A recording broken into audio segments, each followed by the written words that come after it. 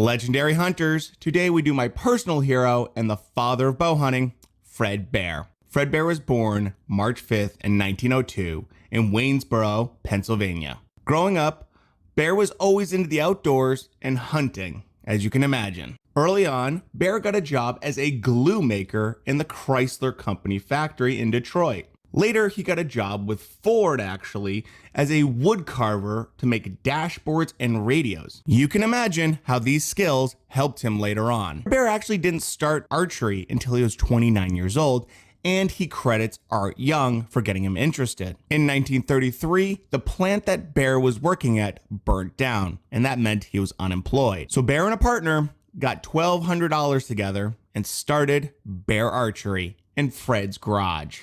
The next couple years, Fred would do quite well as an archer. Fred would go on to win the Michigan Target Archery Championships in 1934, 1937, and in 1939. Also in 1937, Bear was critical in getting Michigan State to have its very first bow season ever. This was huge because not many states had it at the time, and this was a pinnacle point for bow hunting.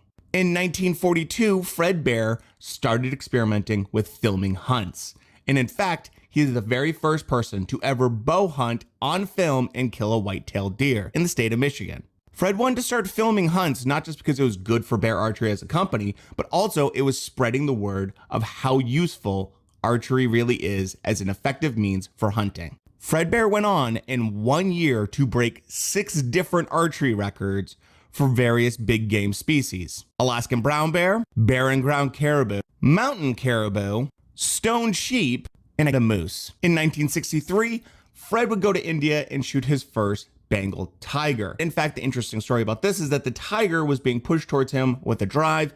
It looked like it was going to go around him and then be killed by the locals. So to try to ease it back towards him, he shot at it to shoot over its back at about, some say 65, some say as far as 80 yards, and he double lunged it instead. In 1964, he dropped a 4-ton elephant while hunting in Africa.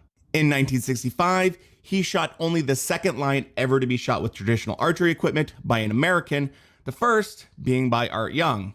Oh yeah, and he also took out a Cape buffalo while I was there.